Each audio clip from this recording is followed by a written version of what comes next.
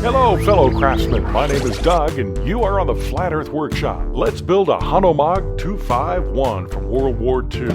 Parts from Hanglong, Imex, Tigan, Clark, and Fly Sky, among others.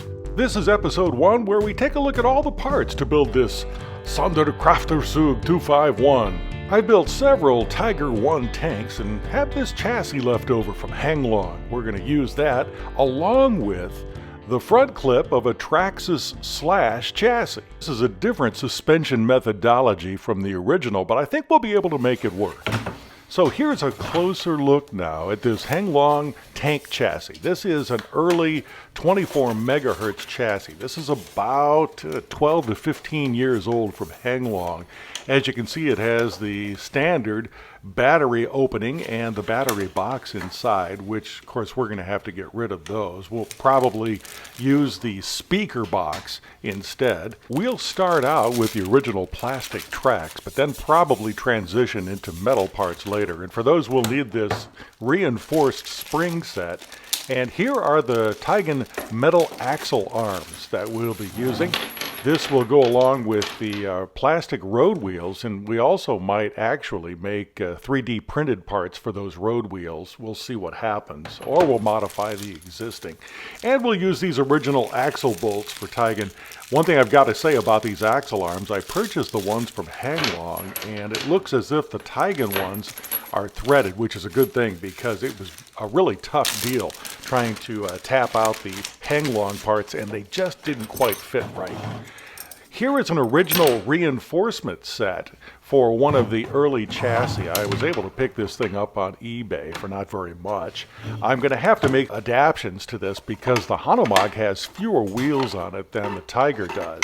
So I'll have to be cutting this chassis down quite a bit. I'll use portions of this reinforcement to make sure that everything is real sturdy inside. I think that we'll use the original width because for the motors that we're going to be putting in, we're going to have to make sure that they're able to fit, and I think the width will work out okay. Look at this antique guide that shows you how to put it all together. It is photocopied, so you can tell this is probably 8 to 10 year old part here. Here you can see some of the original parts from this old tank. These are the Hanglong plastic tracks, and it'll be good to use these because we're going to have to shorten them and make a lot of adjustments. And once I find out exactly what we're going to do with this, I'll probably transfer it over to metal parts. Now, these road wheels actually are pretty close to what they did for the original Hanomag 251. There'll have to be some holes drilled in each one of these outside wheels, as I'm showing here. But we'll also see if some 3D printed parts might work better. Still jury out on that decision. So I have an entire box full of these things, which do need to be cleaned up because I think my son must have driven these out in the out in the mud many years ago. These things will be at least a good starting spot. You know, as I actually am looking at these things closely, they look kind of cheesy, especially with the glossy paint they put on them. But they didn't look too bad on the tank, actually. These things interleave, and I believe there are 7 on the Tiger tank in a row, and I think there are 4 or 5 on the Hanomag 251. So we'll have to be reducing that wheelbase somewhat, and we'll do that by cutting the chassis and also the reinforcements. Okay, this is a pretty cool chassis. This is the Traxxas Slash RC truck chassis. I was able to pick this up on eBay for $50, and this is a brand new kit. However, we'll only be using a part of it, the front clip. And you can see the width is pretty good between the chassis from the Hanglong tank and the wheelbase of the front suspension. So what we're going to do is we're going to use these reinforcements here and probably that battery hold down, and we're going to make some nice cuts and reinforce it and put it together so it's the proper length. But I think we have a really good start on it, and luckily this build turns out to be, I thought it would originally be 1/8. It's turned out to be more 1/10, almost exactly on 1/10 scale, which fits in very nicely with the front wheels that are available for this. Here are all the ancillary parts that come along with this kit. We're not going to be using them, but they are kind of fun to look at. You can see this is the front bumper section. We're going to throw that away. And here is some of the rear suspension parts. You can see, man, these things are really, really well made. I'm very impressed. It's been a few years since I've been into RC cars, but these things look really, really nice compared to what I saw maybe 8 years ago on these. Here's a foam reinforcement part. I have no idea what this is. I'm sure there are other RCers out there that do, and I'll figure it out when I look through the instructions. And then here are the suspension arms that are for the rear section. Again, we won't be using those. And some little bolts and washers and clips for the body that we won't be using. But look at these cool little tools here. These are nice, wrenches and so forth. Yeah, I'll put these in and we'll use them a little bit later on. Now, a closer inspection of this Traxxas Slash chassis shows that it's, first of all, really, really stiff. Some parts that kind of attract me here are this battery hold down, which is very nice. I think maybe nicer than the Velcro that's provided in the Motto units. And you can see it's really stiff. We're going to try to maintain this stiffness as we build it into the other chassis as well. And you see you have some nice reinforcements underneath. This chassis is a good example of how the documentation has gotten so much better over the last few years. Look at this full 4-color instructions. They call it the Quick Start Guide. But as you see, they do really well with, first of all, showing how the finished chassis should go together with all of the parts. And then there's also a really good guide showing all of the replacement parts, which is one of the things that has really made Traxxas the leading RC provider, because literally you can buy everything for this Traxxas chassis that you need in case it breaks. Take a look at all these incredible parts. If you're anything like me, I really love these exploded views that detail the different parts and show how they all fit together. Overall, very impressive. I'm always a little bit surprised by the tiny parts, how much they cost to buy just singly. I bought these alloy shocks for the Traxxas Slash chassis. These were $5 on eBay, and they are very nice. So I'll have to fill them with oil and make sure we get the right ratios with this, but I think these are going to work just perfectly. Extremely high quality for the money, don't you think?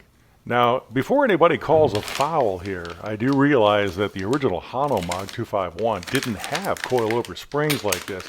Actually used leaf springs horizontally. But trying to do something like that, scratch built, is rather difficult. So we're going to try to go this way, and I think it'll work just fine. Aren't these cool wheels? These are metal wheels from G-Made. And what I really like about them, they lock the tires into place. And they are all alloy, fit together, and they look very standard equipment, very similar to what they used on the Hanomag. I think these will work really well with the tires that I bought, and they have foam inserts, which we're going to need because this is going to be a very heavy tank-like vehicle. These are generic tires, actually, under the Apex brand, the 6160. They have a 1.9-inch inner diameter, which is going to work with these wheels that I bought. These are very high quality, and they were very inexpensive. And they included these cool little plastic wheels, which we might be able to do something with as well if the metal ones don't work out. One side benefit of having these alloy inserts to the wheels, they make them very nice and heavy. And as you know, with tanks and armored vehicles and half-tracks, that weight really helps to make this product look scale. Look at this big chunky insert for the center of the wheel. Now that's cool. And the way it fits together just gets your blood going, doesn't it? Yeah. Look at this bag of hardware. I can't even get the camera in close enough to show you the detail on these, but they look perfectly scale. Man, that's impressive. Nice job, G-Made. Take a closer look now at the little plastic wheels that came with these tires. Hey, they're not bad either, and they also come with some little bolts that go in there. What they used in the Hanomag had 8 different bolts in it, so I may have to make some modification to these wheels to provide 8 bolts instead of 5. We'll see what happens. Hey, look at this. G-Made even included some little instructions, and do they look pretty good? Yeah, they do. I'm one of these guys that I won't use the instructions until I get in too deeply, and then they come in very handy. We saw this transmission on one of the previous builds. Now, I wasn't able to use it because it really makes a Tiger 1 tank go way too quickly. It's a very smooth running transmission, but I think it's going to fit this Hanomag a lot better. So let's take a closer look at this ultimate transmission from Henglong.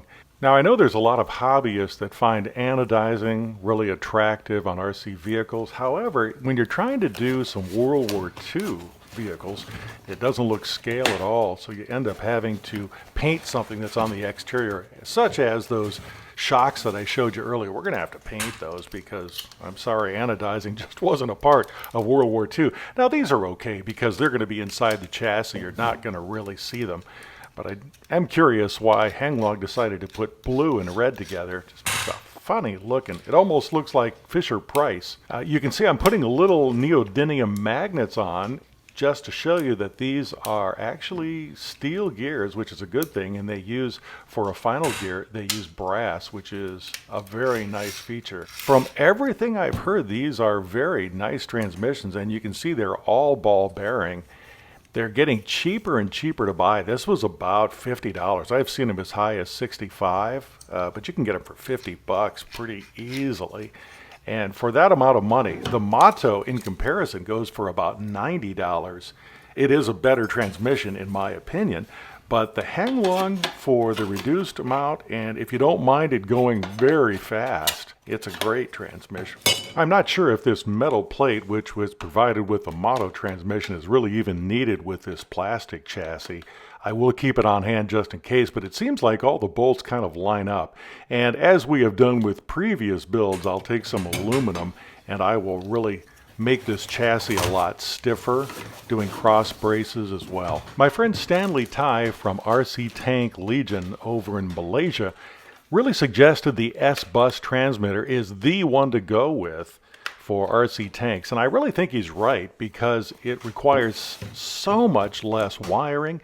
It has higher resolution in the digital proportional scale. Clark boards were actually designed around this controller. You might even say that FlySky intended these for tankers because both of the control sticks come out of the box with springs on them, so they are both upright, which is usually something that requires a modification on every other controller. Now, these instructions I don't think are quite as impressive. I would recommend going online. There are a lot of tutorials that show a much better way of programming this transmitter. Now look at this Henglong transmitter. This is the 2.4 gigahertz that comes out of the box with most of the Henglong tanks now.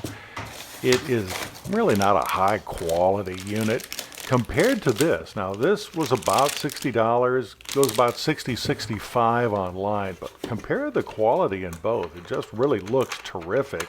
It doesn't look like it's a copy of a more expensive unit. It looks like it's kind of blazing its own trails. Very unique, very molded to the hands. It feels really good using this thing, and if you look around the back side of it, there's a nice little aluminum handle. They could have done this in plastic, but the aluminum's very nice, and the push buttons feel really good. It only requires 4 AA batteries, whereas, take a look in the back of this one. What is that, 6 or 8? And unfortunately, I left the old controller on and it burned out every single one of the batteries, which can end up being pretty expensive. Now, more high-end controllers with prices way in the stratosphere tend to have only rechargeable batteries in there. I think this is actually kind of nice to be able to do both. You can put in rechargeable batteries or you can just use these. I like that feature because you're not always locked into having to bring your recharger with you. I want to give kudos to FlySky because they have avoided all of the cliches that all of the other transmitter companies have come up with. It seems like transmitter companies like Futaba and Airtronics all want to put incredible detail on the front. At least if I drop it in the dirt, and I probably will, I can clean it off with just a rag. There aren't all the nooks and crannies. Hey, there you go. Nooks and crannies in the front of this thing. You can see I'm going back and forth with this touchscreen. not exactly knowing where I'm going. I'll find out and we'll program it together. And I'm sure there are lots of people listening that have this transmitter that'll be able to help me along in case I get steered into a brick wall. Okay, well, let's tuck this little guy back into his mummy bag until we're ready for him.